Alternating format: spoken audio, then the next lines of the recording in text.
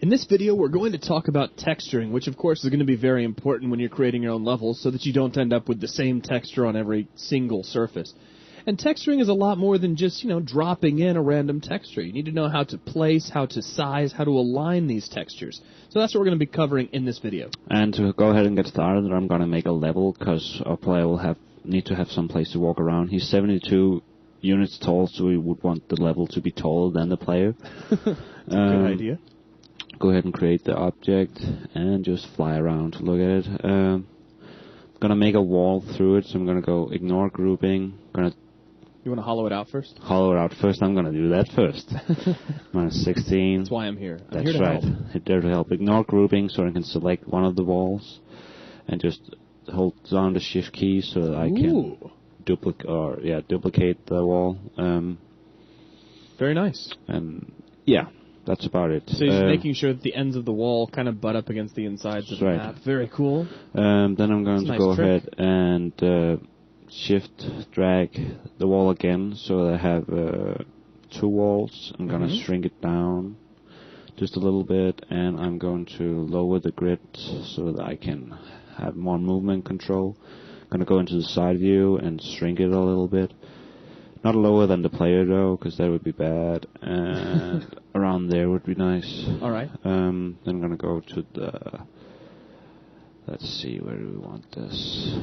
Around there looks nice. There you go. Make sure it isn't into the ground, but just touches the wall. Sure.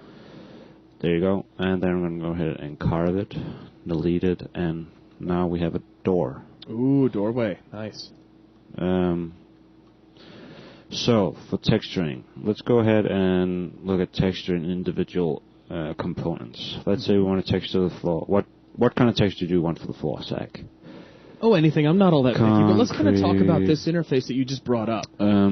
We can pick what size the texture should be in. This is the Textures browser, which you can access by clicking on the Browse button over there in the main UI. You can make this browser show only used textures, and we only use the break texture so far. Very nice. You can select this texture and press the mark button, and you'll mark all the geometry that has this texture applied to it. Ah, cool. You can filter, so let's say we wanted water. We type in water and everything with water and it pops up. Very nice. We can open the source, and this has to deal with there's a certain file attached to a texture, and if you made your own texture, you can open that text file, but the default textures doesn't support that. Okay. You can reload the texture after you change the source, and you can set different filters. Is it opaque? Does it have an environment mask? Stuff like that. But for now, let's just go ahead and make a concrete floor. Actually, let's type floor, see what it gets. Awesome. We want that one. I'm going to select the floor, and I'm going to hit the apply texture button. So you just selected a floor plane and hit apply, and there you go. And now all the way around on the floor plane, it's textured with the floor. So actually what that did was it applied that texture to the entire object that is the floor. Entire brush. Okay. Then for the walls, we want to... How do we texture individual faces? Well, that's a good point. Let's say we wanted the walls to have different textures on the walls. If we textured this one with this method, it will come on the same one on both. Sure. So what we want is to press the Shift A button or go to the edit sheet for textures. It's the same. Shift A is the hotkey. And we can select individual faces. Nice. So we can texture individual sides. Let's say we wanted the walls in here to have... And now this will pose a problem, because these walls are... but we can select both of the walls, take the cut tool, and just cut right through it. Hit the cut tool 2 times and hit enter. Very nice. So there you go. Shift A again. Highlight all of the walls and select the texture. And again, you're holding down Control to make the multiple selections. Yes. Something else. Yeah, Control. Okay. We have the Browse button. It'll bring up the browser again. Sure. And let's say wall Give me a cute wall of something. Let's get a concrete wall. Hit the apply button and it'll apply the texture to all but only to the faces that we selected. Sure. So the outside is still the concrete or the tile, whatever. Mm-hmm. It's going to give you a default texture alignment. If you don't want that, you can justify it to the left, to the right, to the top, to the bottom. You can center it, or you can press the fit button. They'll try to fit it all over the... Yeah, it'll stretch the texture out to fit on the face. You can treat all the selected surfaces as one, so it'll give you like a continuity. Oh, that's awesome. Here. So, like, if you had a lot of different panels making up a wall, then you could treat all of those textures as if they were a single projection. Right. You can adjust rotation, so you can change the alignment of the Might tiles. be a little hard to make out on the video, but if actually you can make it out. Yeah, you should be able to make it out. Yeah. You can adjust texture scale, so you can make it very small and get a lot of continuity and basically. You can offset it a bit, so... you need to move it up, down, or left, right. And it's kind of hard to see, but it's moving. If you hold it down, it goes faster and faster. So it starts off really slow, and it's hard to make out, and then it speeds up once. It'll speed up again here in just a second. There you go. Now you can really start to see it kind of truck across the surface. Right. There's different modes.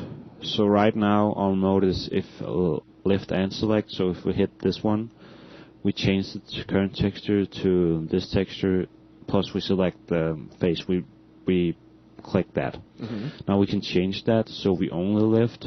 So when we hit another texture, we don't select it, but we get the texture. Ah, gotcha. We can change it to select, so we only select. We can change it to apply texture only. So let's say this texture. We can just click the faces without selecting them and adding a texture to it. Gotcha.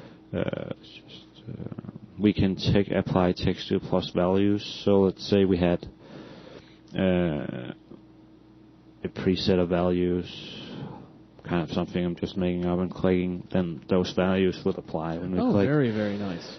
We can align to view, so we can click on it and make it align up to how we're looking at it from the camera angle. Mm-hmm. So that'll, of course, change all the time, depending on where we're looking at it from. Sure. Yeah, that's pretty much the interface. There's smoothing groups, if you want to play with that. It's basically grouping the smoothness, and it's not really important in a square area. Sure, it's going to control areas where you see hard and smooth edges in between two surfaces. It's most effective in rounder environments, so we're not going to be worrying about it too much.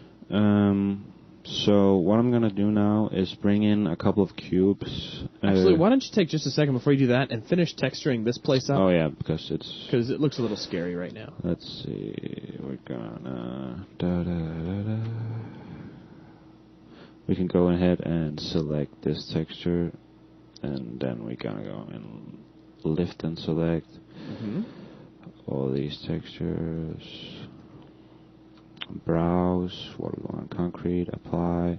So now we got a concrete texture in here, and the top we could see if there's a ceiling.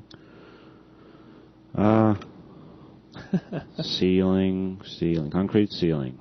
So let's go with that and apply it. In the other room, we could do something maybe a little more interesting. What? I don't know, anything. Come on. Just, you got concrete everywhere, man. Well, concrete. People get cool. depressed and start having social issues if they stay in here. Okay. So let's say metal. That'll make them happy. Metal. Apply metal and try to make it fit. See if that would work better.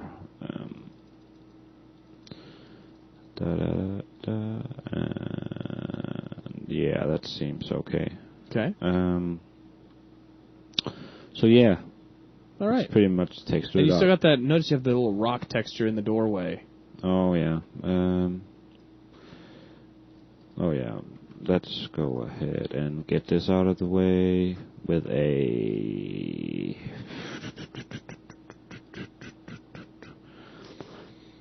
I can't use concrete.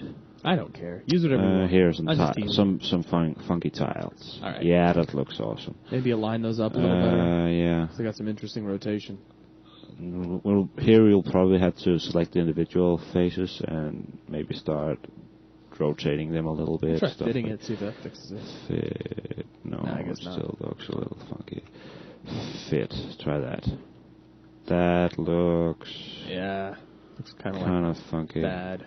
Fit. Individual. Yeah, you're going to need to fix the fit. rotation on that upper one. Let's see. Let's just go ahead and make it look like the other ones.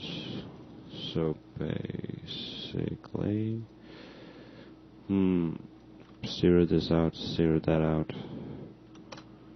and kill the rotation. Okay then we're going to apply another texture to this one. Yeah, that looks there better. You go. Fitted. There you go. Oh, we have freaky That's tiles. B-cube thingies. Okay. Just have to experiment with All right. it. Yeah, Okay. no problem. Now I'm going to bring in some cubes just to show that different materials have different sounds. That's right. When you place textures inside of Hammer, you're doing a bit more than just controlling the look of something. You're also controlling how it's going to behave in your environment. If you place a wood texture down, it's going to sound like wood when you go bang on it. It's going to sound like wood when you walk across it. It's going to splinter like wood when you shoot it. Same thing with concrete, metal, water, and so forth. Create object. So now we have the sandbox, and it looks kind of funky, but it'll work. Gonna duplicate this and browse another texture. Let's get some wood in. Mm-hmm. Wood. Where is it? There. Apply the texture, and maybe go in here and fit it. Ooh, nice. Looks like a grate. Yeah. We got concrete here, and we got metal in here, so that should actually work. Okay. I'm going to go ahead and add in an info player start entity. Yeah. Just so we can run around in the level and test it out. All right. So right now, if we run the map, the player will spawn here. Also, I'm going to go ahead and apply a light. If you don't apply a light, will it put in a default light? Oh yeah, actually it will. So let's go ahead and just use that then. We'll talk about lighting a little bit later when we go into So yeah, to launch the level, just hit this button, run the map button. We'll need to save it first, so we'll save it at 3dbus_texture tests. Just a nice short name. Okay. Save it. Just leave it as it is. You'll need to type in this to get the console up, get the development commands, and to force a LAN server. So if you want somebody else to be able to play with this on a LAN. Yeah, no, it's basically so that it doesn't show the health bar and stuff like that. Go ahead and click OK and just wait.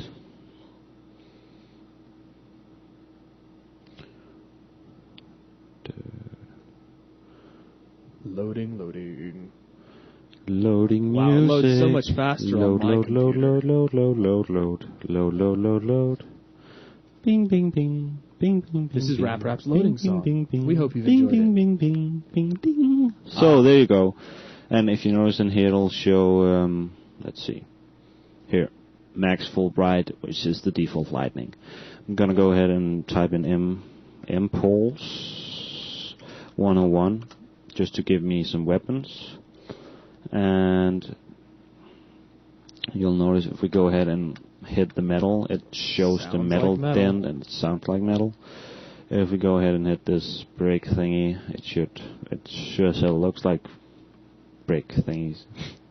Concrete, and it goes with dust and stuff. Mm-hmm. And wood, it nice. pops up wood, and sand doesn't really hurt sand. Awesome. So yeah.